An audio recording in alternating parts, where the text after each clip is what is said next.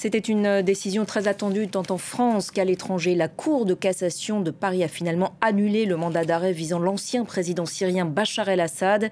Mandat d'arrêt émis par des juges d'instruction parisiens il y a 2 ans pour les attaques chimiques menées en août 2013 à Adra et Douma, puis dans la Ghouta orientale. Plus de 1000 personnes avaient été tuées par du gaz sarin.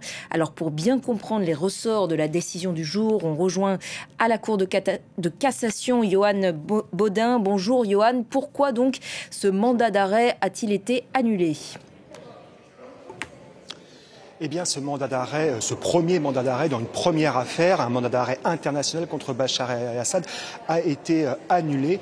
Mais pour autant, ont insisté les juges, même s'il a été annulé pour cause d'impunité personnelle, eh bien, impunité n'est pas immunité. Il pourra être poursuivi dans une autre affaire.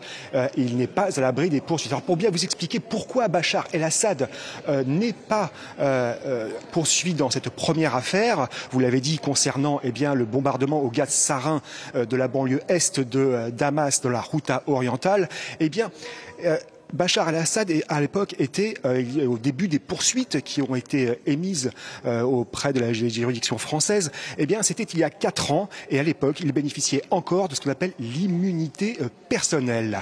Cette immunité personnelle, eh bien, pour les juges, c'est un credo, quelque chose qui ne peut pas être atteint. Il s'agit notamment de protéger tous les chefs d'État, les chefs de gouvernement qui sont en fonction, et ce principe ne peut pas avoir de dérogation. Alors pour les parties civiles, eh bien la justice française a raté une occasion dans l'histoire, mais les juges, eux, ont préféré se baser sur cette coutume internationale, cette règle de fond, l'immunité personnelle qui protège les chefs d'État en exercice.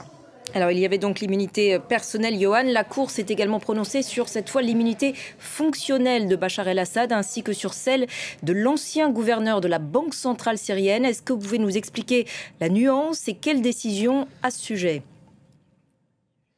Eh bien, la nuance, elle est que Bachar el-Assad est poursuivi par un autre mandat pour une autre affaire. Il s'agit du bombardement de Deraa en 2017. Et là, une plainte a été déposée en janvier dernier. Et en janvier dernier, Bachar el-Assad n'était plus président. L'ex-dictateur syrien n'était plus président de Syrie. Donc, son immunité personnelle, cessait.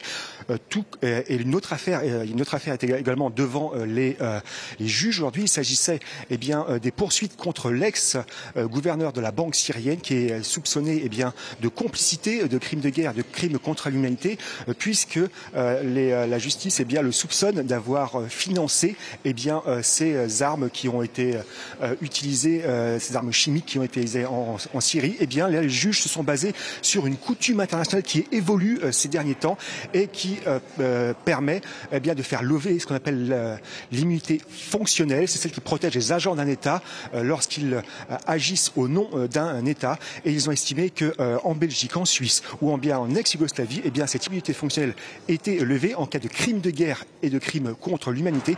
Donc ce ex-directeur de la banque syrienne va continuer à être poursuivi, tout comme Bachar el-Assad, qui est aussi, en tant que président, un ancien agent de l'État, lui aussi pourra être poursuivi.